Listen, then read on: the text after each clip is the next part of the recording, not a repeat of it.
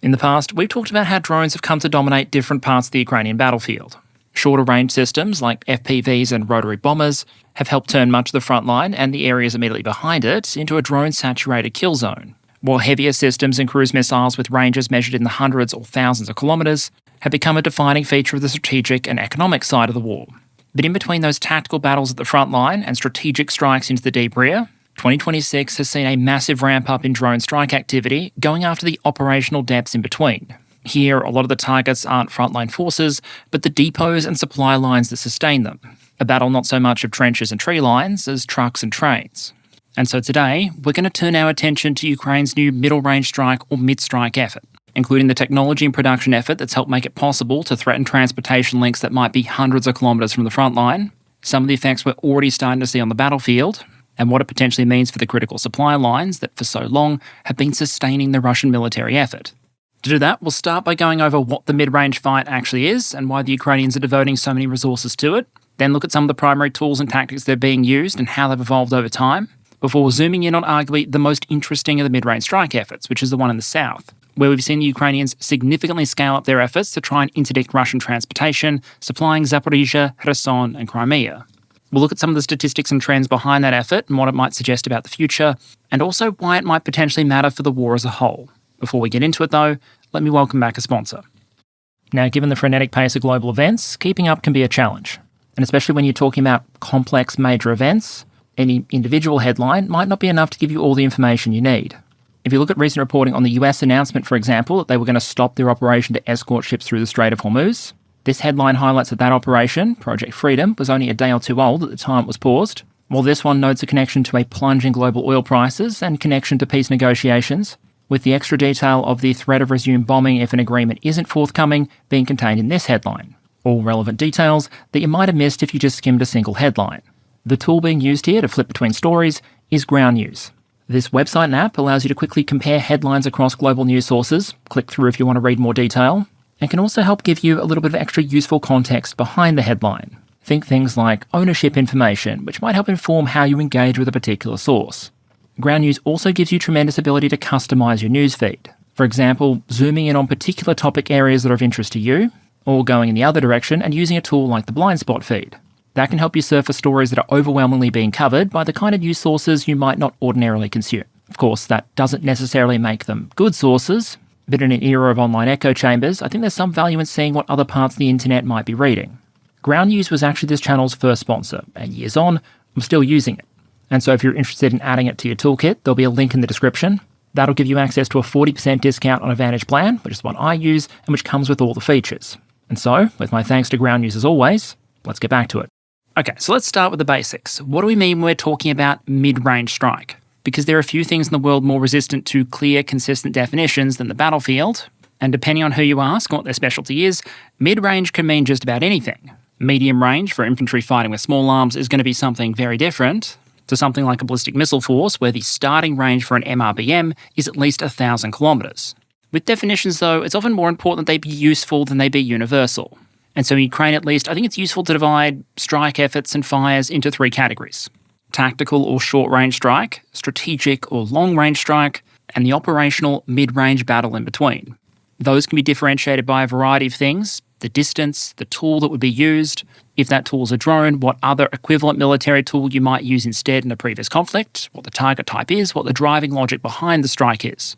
That fits Ukrainian mid-range strike into the area between two other sides of the Ukrainian effort we've discussed a lot in the past. Firstly, you have the battlefield or tactical level. This would cover the extent of what's sometimes called the regular drone kill zone, covering at minimum the no man's land between the two parties, the opposing front line, and then extending back beyond the opponent's front line in a distance that might be measured in the low dozens of kilometres, with the kill zone getting less dense as you go further back. In terms of the who, the key actors here are going to be combat brigades and combat corps with their organic artillery and drone assets, as well as dedicated unmanned systems forces units on both sides. At this level, the targets are often going to be tactical in nature: enemy personnel, individual bunkers, an armoured vehicle, an artillery piece, an enemy drone team, or individual logistics vehicles that might be attempting last mile or close enough resupply. The goal is often going to be tactical in nature, destroying an enemy sabotage and reconnaissance group, for example, or weakening enemy forces in your sector, and the tools being used to carry out these strikes are often going to reflect that. In terms of traditional battlefield tools for fires at these distances, we're in the domain of things like direct fire from things like tanks, all the way out to, in Ukraine now, the range of long-range cannon artillery ammunition. Not so much the scramjet specials that can scream out 100 plus kilometres, but think targets that might be serviced ordinarily by anything up to and including rocket-assisted 155. If we had to put a number on it, I'd say the regular limit here would be something between 30 and 50 kilometres behind the opposing front line. But that's going to differ based on where you are in Ukraine, the local conditions, and the number has been creeping up over time. In terms of the drone strike tools at these distances, this is overwhelmingly the domain of two things. Rotor drones, whether that be FPVs or heavy bombers, and things on the lighter, cheaper end of the loitering munition scale. Depending on the exact version, one of Russia's most famous loitering munitions, the Lancet, and one of its most produced, the various versions of the Molniya, are generally going to be fairly good examples for this category. Early Lancets had ranges in the 35 to 40 kilometre bracket. A lot of Molniyas have less than an hour's worth of endurance.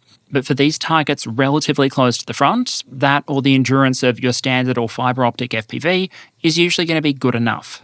There are, of course, always going to be exceptions. You can make a tactical short-ranged FPV a strategic scale weapon, for example, if you put it on a drone aircraft carrier, and then use it for strikes against oil rigs in the Black Sea, as we've seen the Ukrainians do, or smuggle it into the opposing country. But generally speaking, the overwhelming majority of these rotor drones and lighter loitering munitions tend to operate at these tactical to shallow operational distances. They're the tools that help make the grey zone between the two sides of the kill zone that it's become. They're part of what makes last-mile resupply so difficult, and they're a driver of the overwhelming majority of casualties. At the other extreme, you have the strategic end of the spectrum, the long-range strike campaign. Here, just about everything, the tools, the tactics, the operators, the targets, the purpose, are all different. On the Ukrainian side, the frontline brigades that are so important to that tactical drone fight really don't play much of a role here. Instead, you have long-range strike systems controlled by military intelligence, the unmanned systems forces, the security forces, the Air Force, the Navy. All of them have different tools to strike over longer distances. But to generalise, there are a couple of things that tend to tie their efforts together. A lot of the time, the target's going to be involved in the Russian war economy. Think oil refineries and export infrastructure or different parts of Russia's military industry. The intended effect is usually not going to be to sway the results of any individual fight on the Ukrainian frontline, but instead achieve a strategic effect overall. The common conventional military tools here would be cruise and ballistic missiles, with the Russians in particular putting a big focus on ALCMs like the KH-101, and also when the ranges are at the shorter end of the strategic, things like Iskander ballistic missiles as well. Oreshnik, for what it's worth, would also fit into this category, although by the Russians' own admission, that's more of a signalling than military tool at this point. The most recent launch of two involved one missile apparently falling short in Russian-controlled territory in Donetsk, while another appears to have hit a couple of garages in a city well outside Kyiv. Funnily enough, some Russian propagandists were quick to argue these were actually super significant military targets that had been struck, not garages, only for Putin to come out publicly and say, yeah, we destroyed a couple of garages, I think he called them sheds, claiming that that's exactly what Russia had wanted to do, and the targets in question had been deliberately chosen as a test of the missile's accuracy. Why they did not instead decide to test the missile's accuracy on an actual Ukrainian military installation, your guess is as good as mine. In the drone war, the equivalent to those conventional military tools is the one-way attack drone. These vary in size, cost and complexity from something like Russia's foam Gerber decoys, up through your Shahed-style weaponized lawnmowers, all the way up to relatively expensive jet-powered missile drone hybrids. This is an area where both the Russians and Ukrainians have dedicated an enormous amount of technical and industrial effort. The Russians are producing and launching more Shahed-style drones now than they have at any other point in the war, and as for the Ukrainians, well, I think the recent attacks on St. Petersburg arguably speak for themselves. This attack took place as guests were starting to gather in Russia's second city for Russia's big international economic forum, sometimes called the Russian version of Davos. Some of the one-way attack drones appear to have made it through the Russian air defences to hit targets including oil export infrastructure, but they also, perhaps in an egalitarian effort to make sure it wasn't just the Black Sea Fleet getting campaign decorations for the war in Ukraine, managed to make their way to Russian naval infrastructure in St. Petersburg as well.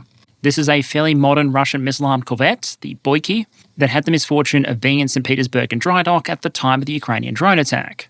And as you can see in the satellite images, it appears to have received a bit of Ukrainian attention. Now, it might be hard to assess exactly how much damage the corvette took based just on that image alone. Fortunately, we have two other relevant sources of BDA information. Firstly, Vladimir Putin himself, who said that Ukraine achieved relatively little with its attack on St. Petersburg. indicating, quote, Kyiv achieved some noise and smoke at the coal harbour when the coal caught fire. They achieved only a media effect, end quote. Secondly, we also have some video from the ground.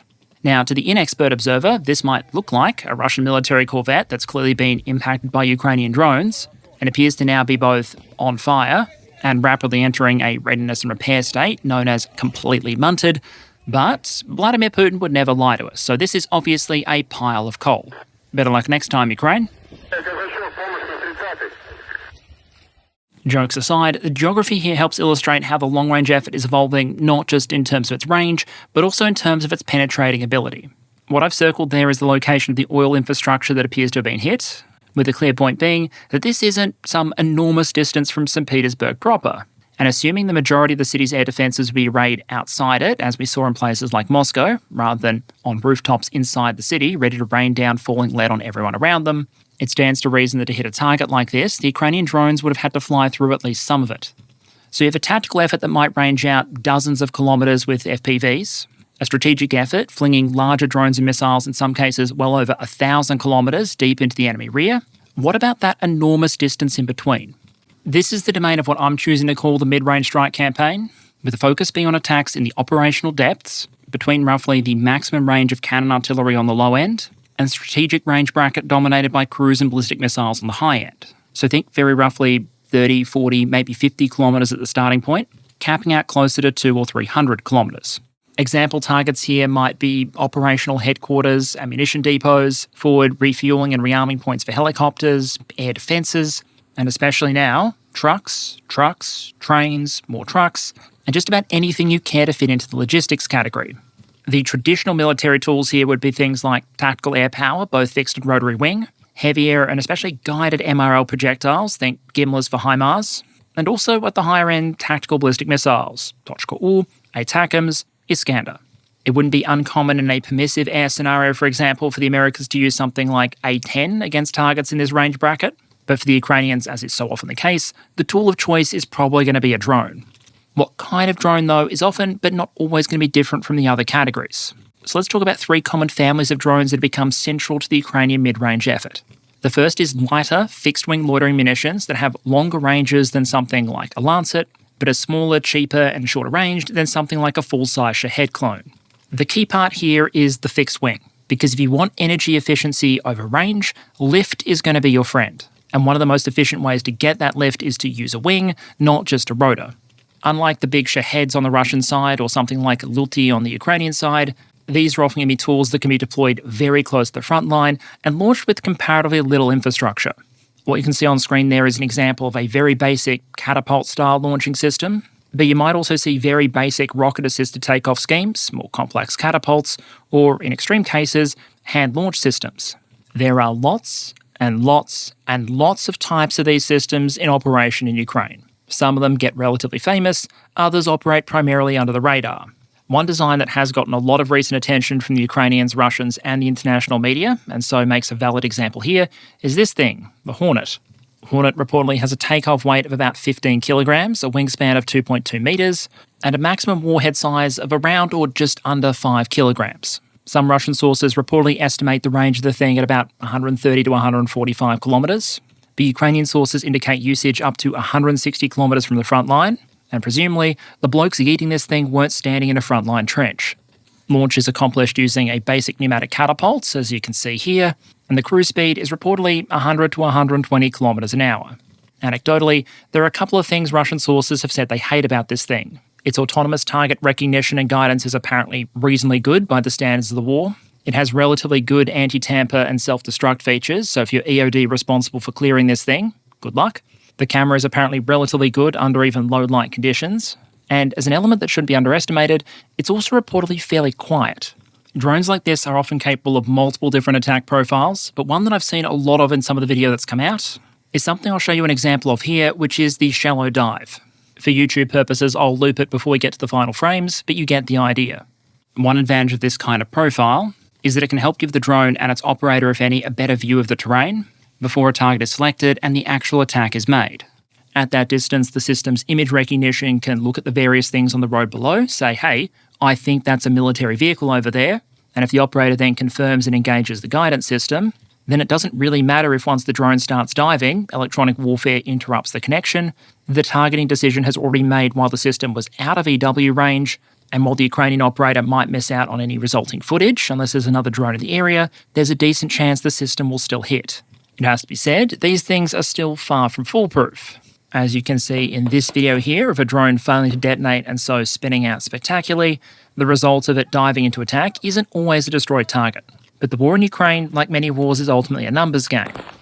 As we can see in that same video, where after the first drone fails, another one appears, and despite us being able to hear a lot of defensive fire going off, the ultimate result is not YouTube friendly. It's worth noting there has been public reporting on experiments to try and get more range out of these loitering munition types. Recently, for example, the Ukrainians hoisted a Hornet to altitude using a balloon. What that means is the drone doesn't have to spend a lot of energy getting up to altitude and gets a massive energy assist that can boost its range. There are some claims that might potentially allow range extension closer to the 300-kilometre mark, but for the moment, the overwhelming majority of strikes we're seeing geolocated are happening at much shorter distances. In terms of their role in the mid-strike campaign, these kind of loitering munitions can often be thought of as truck hunters, essentially. They're cheap enough that it's efficient to use them against individual vehicles. They're relatively capable going after dynamic, so moving targets. And even if they carry relatively small warheads, that's usually sufficient against a soft-skinned vehicle. For the Ukrainians then, that means they represent a capability very different to things like HIMARS that came before, which thrived against certain target types, but especially with supply and range constraints, wasn't a great answer for KAMAZ or Bahunka hunting well behind the lines. And in terms of availability, the number of these truck hunting style loitering munitions available to Ukraine has climbed significantly over time. Alongside them, we've also seen the use of larger and heavier drones, some of which are normally associated with the long-range strike effort. That includes full-size Shahed-style one-way attack drones that are repurposed against mid-range targets, often with at least basic modifications to support that use.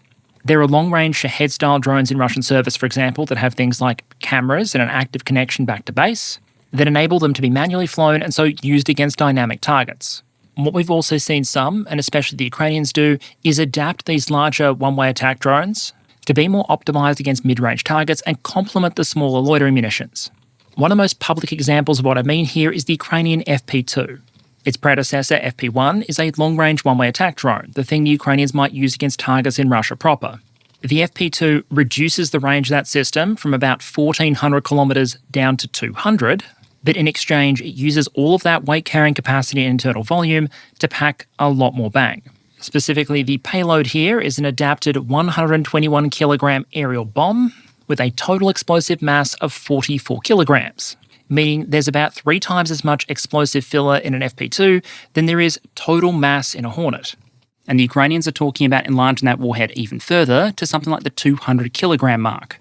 Now, obviously, a larger drone like this, all else being equal, is going to be more expensive. It's going to be easier to detect.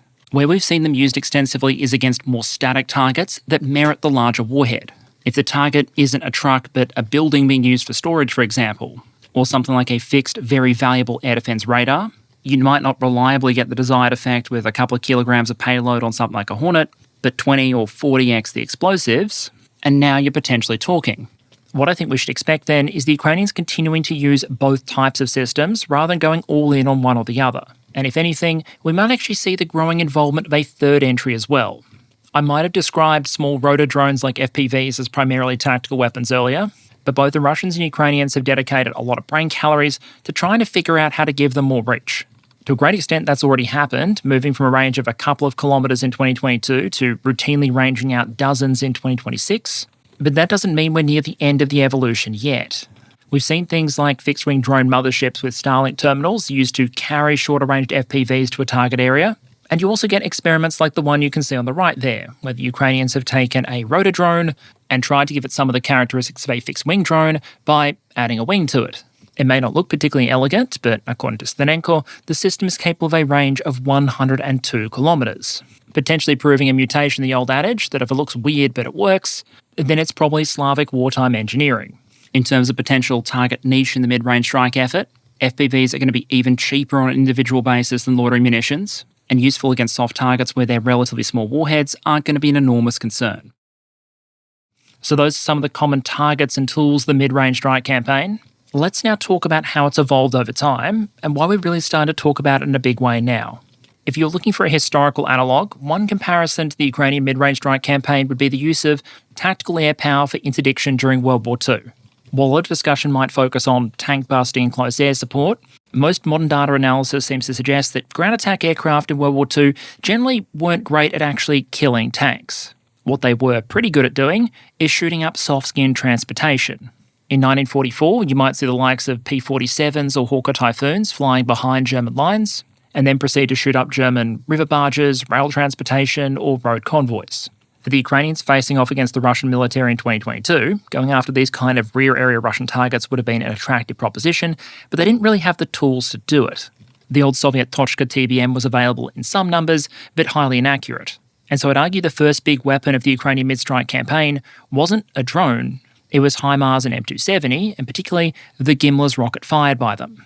HIMARS gave the Ukrainians something that could reach out to roughly 80 kilometres, and while it might not have been responsive enough in most cases to hit dynamic moving targets like convoys, what it was very good at doing was lighting up static operational infrastructure, in particular frontline ammunition depots and headquarters. If you want evidence that mid-strike efforts can change things on the modern battlefield, I'd argue this was one of the first examples in Ukraine. The initial destruction derby of Russian ammunition depots had a noticeable effect on fire rates, and while the pace of detonation slowed over time, I'd argue the effect didn't, because one of the primary Russian adaptations was to disperse some storage and move other potential targets like larger ammunition depots further back, outside Gimler's range. That might sound like a simple solution, and it's going to come up as a potential adaptation again later in this episode. But from a logistician's perspective, it kind of sucks. Let's just say the train comes into an ammunition depot, unloads, and then at that depot the trucks take it closer to the front. Given the individually packed ammo, let's just say for simplicity's sake it takes an hour to load the truck at the depot and an hour to unload it at the destination. Assume that under wartime conditions on wartime roads, the trucks can average about 50 kilometres an hour when they're moving, and if the trains are able to unload 50 kilometres from the front line, outside cannon artillery range, then an individual round trip for a single driver and a single truck is going to be 4 hours. One to load, one to drive, one to unload, another to drive back. If you have multiple drivers and you run that truck continuously, you can do 6 trips in 24 hours. Assume instead you only want to drive 12 hours a day, and it comes down to 3. But if you push the trains and the very explosive depot further back to the 100 kilometre mark, so you're now out of Gimler's range, suddenly that round trip is now 6 hours. You're only doing 4 trips in 24 hours, so a 33% reduction in throughput, only 2 trips a day if you're driving 12 hours, and you're spending more of the time actually driving. Meaning despite the reduced throughput, you're actually putting more hours on the trucks and the drivers. The core point is you don't need the capacity to destroy a transportation system in order to make it notably less efficient. And while there are plenty of factors that went into it, and this is only one of them, I would make this observation. Even now, roughly 4 years further down the track, we have never seen Russia's artillery fire rate recover to what it was before the arrival of the Gimler's rocket. Despite getting Gimler's relatively quickly though, it took much, much longer for Ukraine to get access to anything that could hit the kind of targets that Gimler's couldn't. ATACMS could reach further, but was too valuable and available in too small numbers to be used against the overwhelming majority of targets. A helicopter fart might merit a missile or two, an individual truck, not so much. So what we started to see, and have really only seen deployed at scale more recently, is purpose-built UAS with the range and other features you need to go after even against relatively soft-skinned and cheap targets like trucks and Bukhanka vans, supporting Russian supply lines in the mid-range bracket. The innovation wasn't just in building drones with a longer range. In engineering terms, that was probably one of the less difficult parts of the problem. It was also about things like connectivity, targeting, and the training and tactics to go along with it. Starlink, EW-resistant communications, and autonomous targeting all deserve a mention here. Starlink provided a relatively cheap, relatively light comms option that could work well behind the front line. What you're seeing on the right there is a Ukrainian fixed-wing FP drone carrying a pair of smaller FPVs and also visibly a Starlink antenna. Autonomous recognition and targeting also works well alongside these kind of boosts in communication because it provides another layer of protection against electronic warfare. Over these kind of distances, maintaining the connection between the operator and the drone is comparatively difficult. You can't run a fibre optic cable, for example. And so as we discussed earlier with the Hornet, autonomous targeting provides another boost to the ability of the drone to make it to the target, even if connection is lost at an inopportune moment. It's also part of the reason why the Russians might have tried stuff like this, which appears to be a military truck painted in zebra-style dazzle camouflage, ostensibly to try and confuse image recognition systems. Personally, though, I'm deeply pessimistic as to whether that would work against a lot of systems out there. It's going to be useless against thermal, and it's the opposite of effective camouflage if you're worried about a human operator potentially picking you out with the Mark I eyeball. There's also a few other ingredients that have gone to the ramp up in the Ukrainian campaign: scale of the produced systems, the enlargement of the unmanned systems forces, the wider scalability of the right warheads for the job, and there are also innovations that are still being experimented with that we're only seeing on a small scale for now. We have seen, for example, Ukrainian drones being used to fire unguided rockets against targets rather than slamming into them directly. That might mean you have a smaller warhead to work with and potentially less accuracy compared to a kamikaze attack. But on the other hand, it raises the prospect both of reusable drones and also greater standoff. A lot of vehicle-mounted EW systems only operate over comparatively short distances. Common last-ditch defensive measures against drones, like shotguns or machine guns, are really going to peak in effect when the drone comes in for its terminal approach, which is something a reusable loitering munition, instead equipped with smaller underwing rockets or bombs, might not necessarily have to do.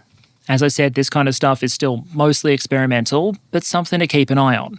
It's also going to have to compete as a concept with another way we've seen the Ukrainians try and give larger drones access to precision-guided munitions, which is those mother-shipping arrangements we discussed before, with FPVs taking the place of the unguided rockets.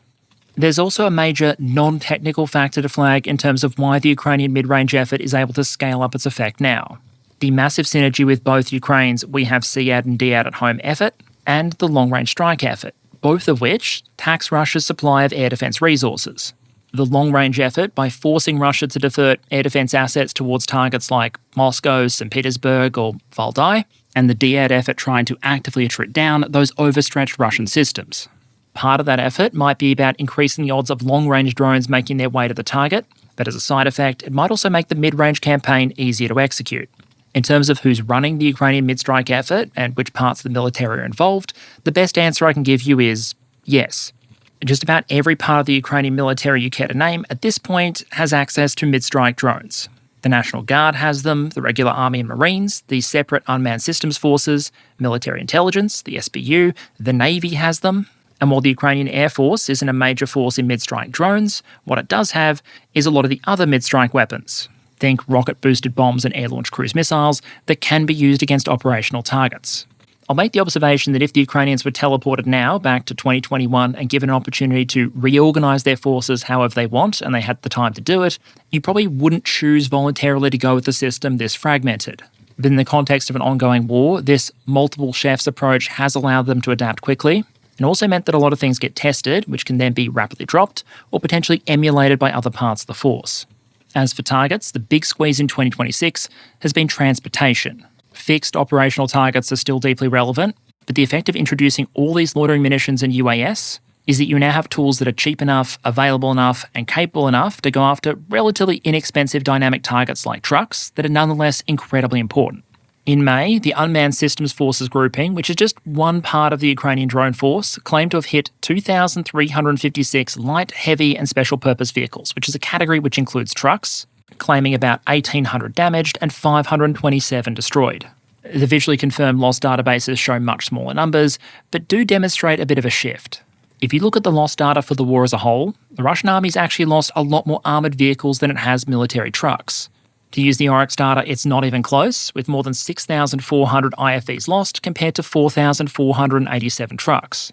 Indeed, the numbers for tanks alone, 4,394, is pretty close to the 4,487 for trucks, which gives you a pretty good picture of a military that was both very, very armour-heavy and Ukrainian drone capabilities that were at their most dangerous, going after stuff relatively close to the front line. More recently, though, the ratios have shifted a lot. What you're seeing on screen here is a chart showing the visually confirmed loss ratio for Russian military trucks compared to Russian armoured vehicles in the APC, MBT or IFV category going all the way back to Q1 2022. You were consistently more likely to see a BMP or a tank popping up than you were a KAMAZ.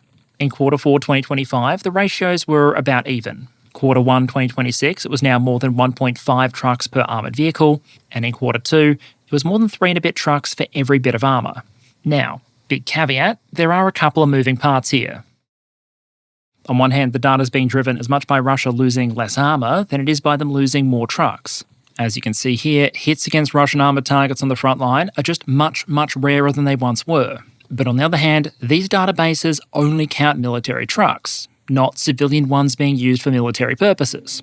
And as anyone familiar with Ukraine war footage would probably know, the Russians appear to be using a lot more of those now than they were back in 2022. There's absolutely nothing stopping you using a civilian pickup truck, van or buggy to move supplies, but for the loss data, those don't count. So keep in mind that when you see the visually confirmed losses and Ukrainian claims appear to diverge to a greater extent over time, Russian logistics increasingly looking less like this and more like this isn't the entire story, but it is statistically part of it. On the Ukrainian side, though, and anecdotally from the Russians, the evidence does seem to point towards a recent significant ramp-up. According to one group of Ukrainian analysts, in February 2026, they recorded a grand total of 2 visually confirmed strikes against Russian logistic vehicles between 30 and 150 kilometres from the front line. In March, it increased to 15, in April, 55, and in May, 130. And if we want to peek under the hood to understand what that sort of effort might look like and why it might matter, I think we need to hone in on a case study. And in this case, that means looking south to Zaporizhzhia, Kherson, and Crimea. These regions and the routes through Donetsk that help supply them are far from the only place that Ukraine is undertaking mid-strike activity, but it's a section of the front where the geography involved makes strikes like this potentially even more important. Along most of the battlefront in Ukraine, if the Ukrainians were able to push the Russians back, essentially what they'd be doing is pushing them closer or into Russia proper. What that suggests, all else being equal, is that the more successful the Ukrainians were in pushing the Russians in a particular area back, the easier Russia's logistics might become in the process. Behind the Donetsk front line, for example, is the city of Donetsk itself, and behind that in Russian proper, the likes of Rostov-on-Don. When the Ukrainians pushed across the border at Sumy into the Kursk region, that got them closer to Kursk. The situation in the south, though, is different, because beyond Zaporizhzhia, Kherson and Crimea, you don't have more Russia, you have water. And that means the supply lines involved have to be more strung out and potentially more vulnerable. If you problematise Russian supply lines through occupied Zaporizhzhia or Crimea, for example, the situation for Russian troops in the Kherson region might become interesting. This appears to be part of the logic behind the Ukrainian southern offensive in 2023. There was initially talk of the Ukrainians trying to push all the way to the sea, in which case if the Crimean bridge could also be knocked out, it would have essentially been game over for all of the Russian forces to the west, but some commentators highlighted a much more proximate objective in the form of Tochnyi.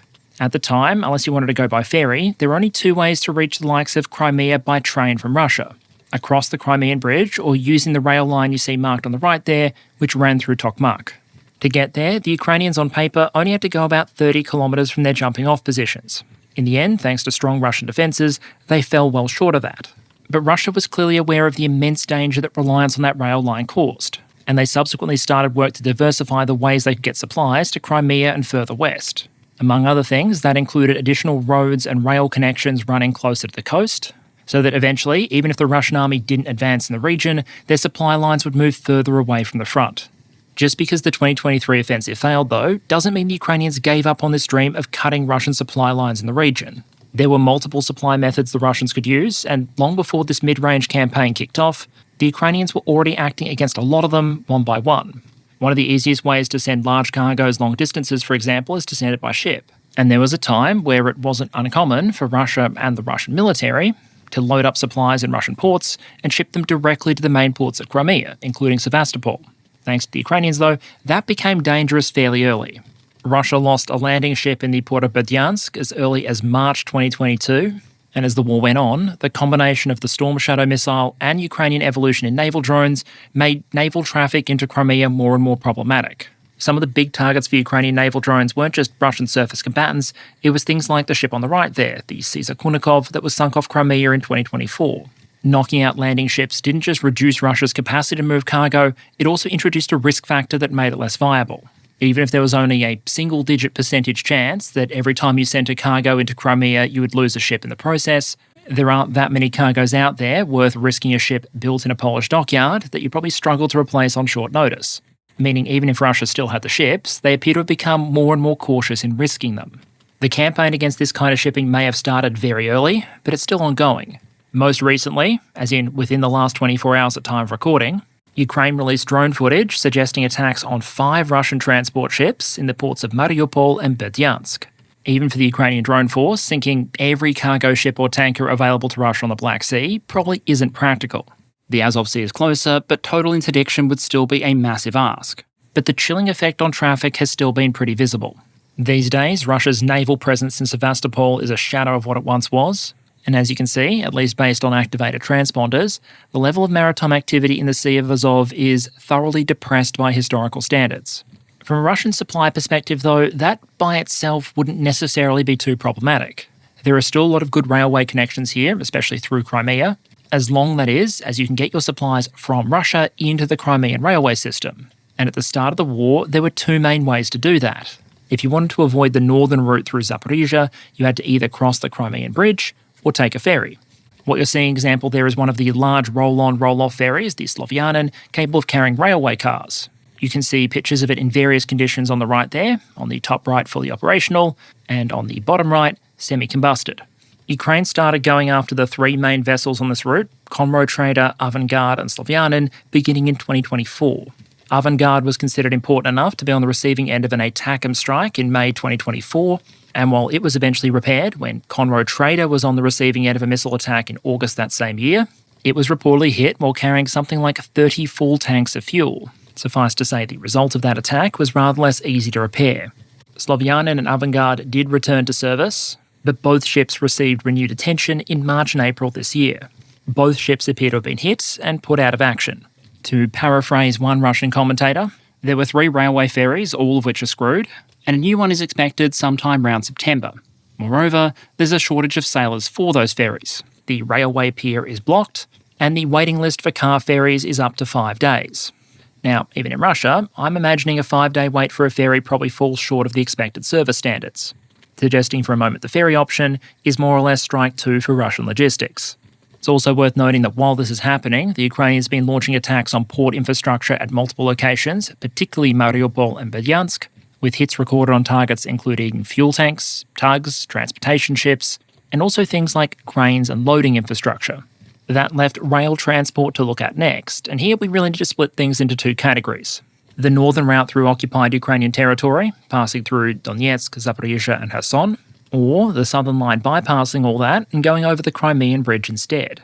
The northern route has become a clear target both for Ukrainian sabotage and also mid-range strike. For the Ukrainians, this is far from new as a target, and there was a particular spike in activity back in mid-2025. That hit a number of locomotives, but a lot of the strikes were on things like train stations and electrical infrastructure. And while there were some identifiable short-term disruptions, most of the assessments I've seen suggest the Russians were generally pretty effective in repairing and restoring the infrastructure quickly. One of the big differences in 2026 is that partly due to the improvement in the capability of Ukrainian drones, more of the attacks seem to be against locomotives, sometimes moving locomotives rather than fixed infrastructure.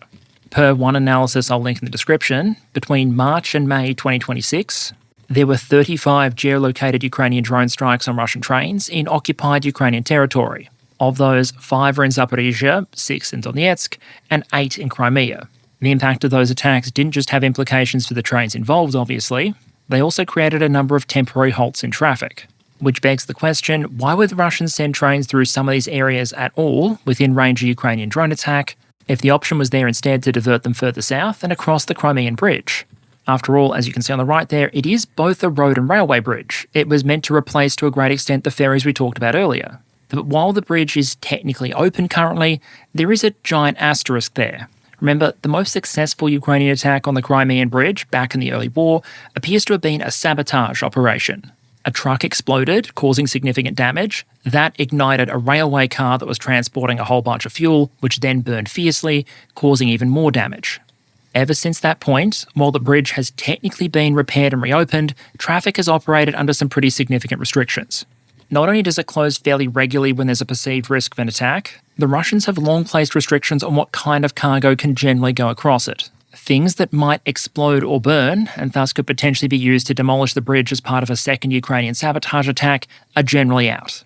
So, militarily essential cargoes, like passenger trains full of tourists to Crimea, are in, but all of that useless fuel and ammunition is out and has to take another route. The situation with the bridge then probably isn't ideal from a Ukrainian perspective. They would probably prefer if it connected Russia proper to the bottom of the sea as opposed to Crimea, but at the same time, it's arguably not the worst from their position either. The bridge's usefulness as a logistics link has been significantly curtailed, and it continues to serve as a giant magnet for Russian air defence and other assets.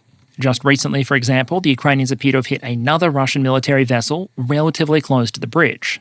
But Russia can't entirely remove assets like this from the area, otherwise they potentially leave the bridge open to naval drones. And just like Moscow, there might be an argument that by poking at the bridge occasionally, the Ukrainians can potentially keep a lot of air defence assets pinned down, while also disrupting and making life difficult from the Russian perspective. In short, while the option might be open to Russia to take the risk of allowing more dangerous and military-natured cargo on the bridge, for the moment they've declined to take the risk and essentially shut it off for themselves as a relevant route, which leaves one main option for cargoes of things like fuel and ammunition that need to be sent west, the northern route through occupied Ukraine, and into the range bracket of the mid-range strike effort. My core point here is the Ukrainian mid-strike effort of 2026 is really only as relevant as it is if you consider the context stretching back years. Using just about every tool at its disposal, Ukraine has sequentially pinched off logistics option after logistics option, with the mid-range strike effort being at its most useful, targeting the supply lines that are left. Railway lines in occupied Ukraine, you can see some geolocated strikes mapped on the right there, and also that one logistics option that everyone tends to fall back on when other parts of the system begin to break: trucking. Of recent geolocated mid-range drone strikes, there have been far more against targets like trucks than there have trains. So I think it's worth now zooming in to try and assess the scale of those attacks and why they potentially matter. As we often do, let's talk numbers first. In their official claims data, the Ukrainian military doesn't localise to any particular target region, so we don't have a way to lock things down to just the east and the south. But nonetheless, I think this data does a fairly good job of showing the claimed overall trend. What you're looking at here is the Ukrainian MOD claims for the number of Russian soft-skin vehicles, so trucks and cars, hit on a monthly basis since early 2022. While the numbers are universally higher across the board than they are in the visually confirmed loss database, which is probably to be expected, you can see the same shape of the trend early on. Higher Russian claimed truck and car losses in early 2022, a fall-off going into 2023, and then the numbers starting to pick up again. As you can see, the claims for March, April and May 2026 hardly represent a subtle increase.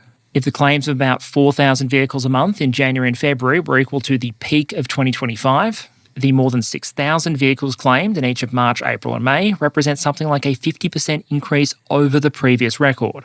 In May, the claim figure was actually north of 8,000, so very roughly double where things were about a year earlier. As with all official claims data though, I wouldn't hone in too much on the numbers themselves, but I do think the trend can sometimes be informative. In terms of what we can actually geolocate and map then, I'd like to give some credit here to Clement Malin, some of whose work you would have previously seen on the channel, doing things like mapping Russian glide bomb strikes. Over the first 5 months of 2026, he identified more than 1,000 mid-range Ukrainian drone strikes. That's obviously a much narrower definition than the Ukrainian dataset we're just looking at, because we're only talking about drones and we're only talking about mid-range attacks. And of this smaller 1,000 strike sample, 150 were directed against vehicles, 30 against trains, and 400 against warehouses. This zoomed-in view should give you a better idea about how some of those attacks have been concentrated. It clearly shows the Donetsk region being the most heavily targeted, which should be expected given the nature of the fighting in the Donbass and also the logistical importance of Donetsk itself. But as you can see, those roads into Mariupol, whether from Donetsk or Rostov in the east, are also very popular, as is the rest of the highway connection connecting Mariupol to Berdyansk and then on to Melitopol. You'll also see some smaller concentrations closer to the front line in the Kherson region, but there are comparatively fewer hits on trucks and trains as you push further towards and into Crimea. There, a lot of the strikes from the Ukrainians we see aren't the trucks and trains that are marked on this map, but instead things like air defence systems. Now, wherever you think the actual numbers sit, between that smaller geolocated sample and the much larger Ukrainian claims, I think it's pretty important to pour some cold water on some of the more out there headlines we've seen. Whether you're destroying 150 trucks a month or a couple of thousand a month, I'd be very careful talking about Ukraine destroying Russian logistics or suggesting that Russia might run out of trucks or something. The world and Russia just has so many of them that even a large-scale drone campaign like this is really going to struggle to make a decisive dent in the overall fleet. One estimate that I'll link in the description is that on an annual basis, the Russian MOD would fairly typically order about 3,800 trucks from Kamaz, another 1,200 from Ural, and you have to imagine the Russian government would also be taking a fairly decent share of the 7,600 Bukhankas produced per year. And even if you were chewing through enough military-specific trucks and vans to start pushing that part of the inventory backwards, part of the reason the Ukrainian claim numbers are so high is because they also include civilian vehicles pushed into military service. And there, as long as the money is available, the pool of replacements is practically infinite. The civilian truck fleet in the Russian economy easily runs into the millions. Russian truck manufacturers have been actively cutting shifts and cutting production due to low demand. They could potentially ramp up. And if you did need a lot of replacements quickly, there's nothing to stop a Russian private company going over to China and coming back with a big enough fleet of cars, trucks and golf carts to face tank the entire Ukrainian mid-strike inventory. There are caveats, of course: driver availability, the possibility that losses grew faster than the ability to actually field the replacement vehicles, or the Russian finance ministry not being particularly thrilled if the military turned up and said they had to 10x their vehicle buys. So none of this is to say that interdiction can't be highly effective. But the point is, compared to others, this is an equipment category that's usually going to be fairly quick and easy to regenerate. Ukraine is never going to be able to destroy everything with wheels and a motor that Russia can potentially use to move supplies. But there are some fairly significant reasons that despite that, these numbers are still arguably high enough that they could potentially very much matter. And there's a couple of reasons I say that. The first is simply the trend towards more and more strikes and a higher and higher level of capability. And while the basis for many a dodgy bit of analysis is extrapolating a current trend out to infinity and then calling it a day, there are very few cases in this war where we've seen the scale of drone activity go backwards over time. The general pattern is for both sides to produce more drones, not fewer, and with the Ukrainians seemingly committed to this approach, at least for the moment, I think a valid question from the Russian perspective might be whether or not the logistics system in particular areas can handle not just the current level of Ukrainian mid-strike, but whether it could handle twice the current activity, 3 times the current activity, or the emergence of the kind of capabilities and tactics that we don't see a huge amount of at the moment, but can probably predict. At a frontline level, for example, remote mining using drones started off on a relatively small scale, but eventually evolved into a very wide-scale practice. In a mid-strike context, remote mining is still relatively rare, but we have seen Russian sources report on a couple of cases, including on the Mariupol to Melitopol highway. On one hand, you'd expect mines laid on a road to be easier to detect and clear, as opposed to those dropped in the grey zone covered by opposing artillery. On the other hand, a fuel truck is a long way from being a tank, and so you might not exactly need to drop a TM62 in order to make life difficult for traffic. I don't bring this up as an I win button or anything, just to demonstrate there's still a lot of development and testing to take place here, and to point out from a Russian logistics planning perspective that there is every chance things are going to get a lot worse. It's also important to note you don't need to destroy every single supply vehicle in order to effectively interdict a supply line. That's especially true in the case of some of these territories like Crimea, because a lot of the supply demand and the logistics throughput isn't provided by the military. On a lot of points along the Ukrainian front, military demands are going to be the driving requirement. In terms of volumes, that's often going to be dominated by ammunition, especially large caliber ammunition, as well as fuels and oils, and then also the usual array of everything else: food for the troops, replacements and rotations, spare parts, drones, various consumables, etc. In the Crimean case, though, you're also trying to sustain a civilian economy at the end of that supply line. By most estimates, the population of the Crimean Peninsula is pushing the 2.5 million mark. That would suggest there are more civilians in Crimea than there are people in the Russian military as a whole. And while civilians in general might be much less logistically intensive to supply than troops at the front, partly due to their lower propensity to try and win arguments by throwing 152mm shells at things, you're still talking about 2.5 million people that are going to want to be able to put fuel in the car. They're going to want to be able to work, they're going to want to get paid, and they're going to want to be able to buy stuff in the shops. A lot of that transportation work isn't done by the Russian military, it's done by civilian transport companies. And as we've seen just about everywhere, from truckers in Iraq to tankers in the Strait of Hormuz, civilian operators tend to have a very different perception of acceptable risk than their military counterparts. Anecdotally, some companies already have to pay drivers significant bonuses to get them to drive some of these roads. Some are deeply reluctant to cover the routes entirely. And in some cases, the Ukrainians don't even have to hope that the civilian transport gets scared off, because the Russian authorities place preemptive restrictions on them. A number of Russian commentators were somewhat miffed, for example, about the decree on the right there from the Russian authorities in the Kherson region that banned a lot of heavy vehicle highway traffic other than those carrying military cargoes, gasoline, diesel, or certain other nominated goods. The obvious risk there that some Russian commentators highlighted is that if you ban all civilian cargoes from the highways and restrict it just to military cargoes or goods with a military purpose, like diesel and gasoline, you're also telling every Ukrainian drone operator in the area that any truck they see on that highway is automatically a valid military target. And in an era of AI targeting systems, being able to tell the bot that anything vaguely truck-shaped in that area is a valid target is kind of a bit of a free kick for the automation systems on the other side. The point is, whether it's because of risk assessments, Ukrainian attacks, or the Russians themselves banning the traffic, the Ukrainian calculus might be they don't have to turn these highways into a constant inferno in order to ward off a lot of civilian transport capacity. That in turn might force the Russian military to take more and more of the burden on its own logistical shoulders. And even if the system can do that, it's likely it would become less efficient and more resource intensive in the process. We've already seen some ways the Russian military is trying to adapt or suggestions about how it could adapt to these kind of attacks, but unsurprisingly, none of them are likely to be as cheap or efficient as just loading up a truck and driving at full speed down a highway whenever you feel like it, completely unescorted. We've already seen, for example, cases of Russian trucks appearing to divert to roads that might be under less intensive Ukrainian surveillance, but that potentially impacts things like transit times, throughput, and vehicle maintenance. Driving more at night is another possibility when dealing with drones that don't have thermal cameras, but unless you're driving with your high beams on, which doesn't exactly make for fantastic camouflage, that also has implications for throughput and also accident risk. One Russian commentator who says of the roads between Mariupol, Melitopol and Zhankoy that, quote, they're just burning everything down, end quote, suggests the short-term adaptation here has to be the use of more hard-kill anti-drone defences, mobile fire groups.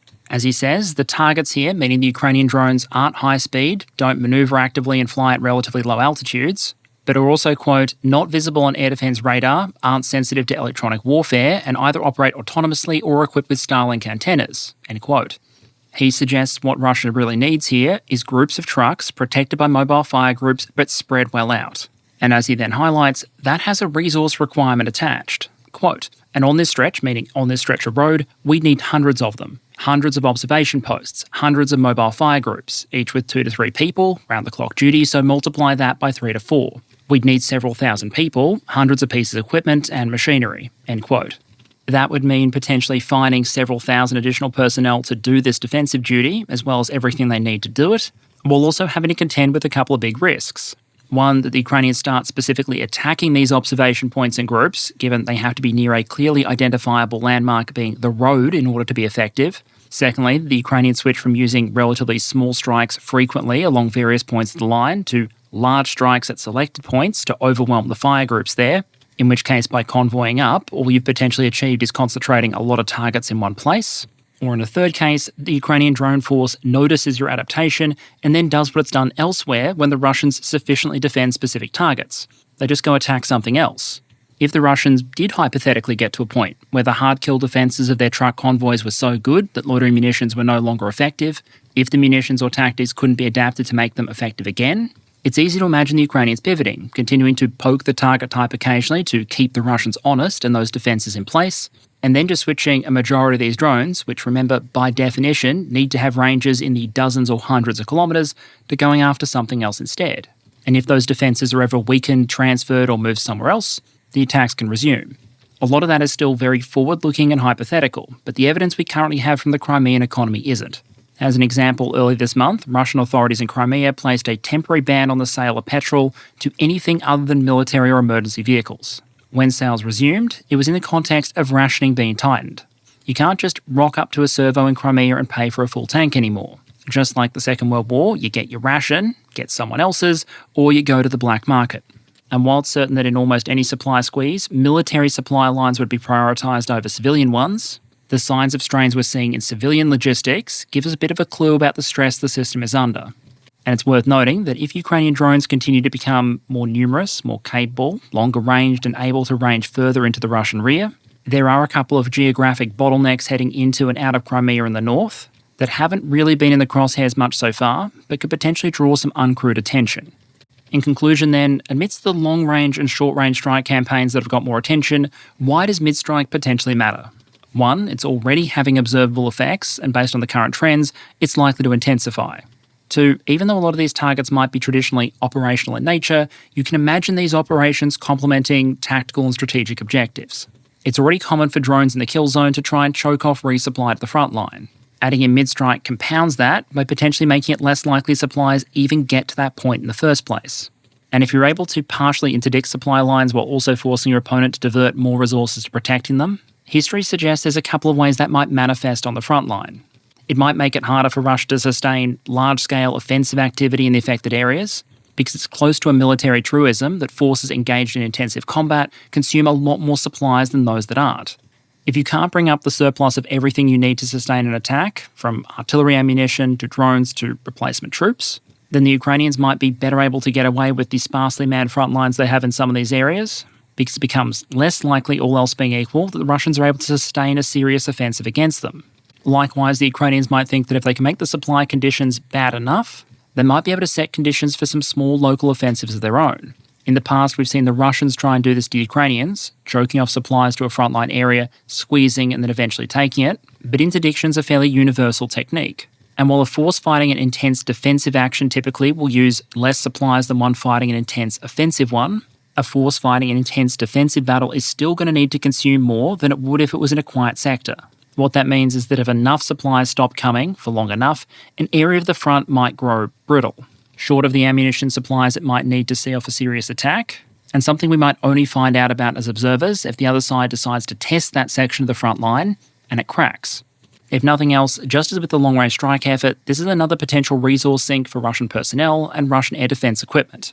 Russia was already in a position where it needed to dedicate a lot of people and a lot of stuff towards protecting everything from oil refineries and export terminals to factories to politically sensitive cities to country retreats to headquarters, ammunition depots, airfields, you name it. Add a target category as broad as trucks, trains, roads and railways to the list, and you're talking about a lot of blokes in a lot of pickup trucks with a lot of machine guns who, because they're doing that, can't be doing anything else. And as we've seen, even in some of the videos this episode, even that manpower-intensive solution doesn't always work. Ideally, as Russia, you'd probably want to do something similar to the Ukrainians and instead scale up your interceptor drone force. But even though the Russians have taken steps in that direction, that's not the kind of thing that can be accomplished overnight. And in that case, you don't just need people who know how to operate a machine gun or drive a Toyota, you need enough capable interceptor pilots as well. By itself, it might not be decisive, but it'll be interesting to see how the effort evolves and how it compounds together with Ukrainian drone efforts in both the long and short range brackets. It might be tempting to describe this as something new, and in some ways it is, but in another sense, I'd argue it's just a constant extension of the same thing we've been witnessing since 2022.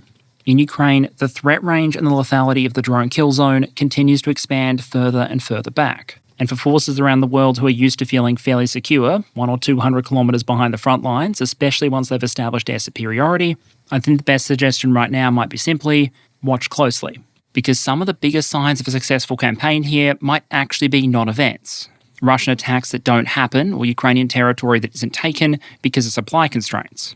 Russian frontline force generation efforts that fall short because manpower has to be diverted to rear area air defence. Or Ukrainian drone attacks against long-range targets that manage to make their way through because the air defence resources Russia does have are stretched thin, protecting not just refineries or Moscow and St. Petersburg, but also the supply lines that have underpinned their ability to fight this war. Compared to the tactical fight with its thousands of drone videos, or the long-range strike campaign with its images of dramatic smoke plumes and recognisable Russian cities, compilations of destroyed trucks and vans might not be the most attention-grabbing thing out there. But in terms of the potential effect, I'd argue we're already seeing an impact, and there may be much more to come.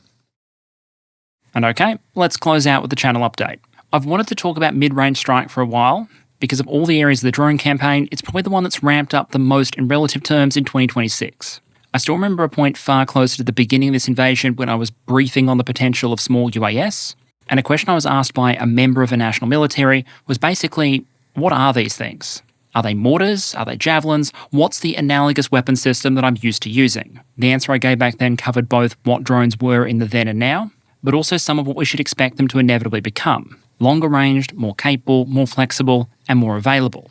In 2026, that's clearly the environment we now live in. And as I've tried to get to today, that has potentially serious implications for the way logistics is traditionally done.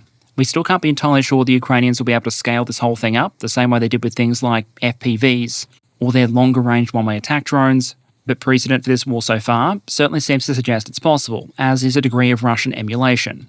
So while I've tried to give the topic fairly comprehensive coverage today, just keep in mind, we may well be back here later this year talking about a similar topic, but a very different battlefield. Beyond that, on the gaming side, thank you to those of you who engaged with the Xenonauts 2 series. That one is now concluded. So in the near future, expect me to try and push the Solar Expanse series towards its natural conclusion as well, and then we can potentially pivot back to some more familiar and maybe one or two new titles. Thank you very much to all of you for your engagement and support as always, and with any luck, I'll see you again next week.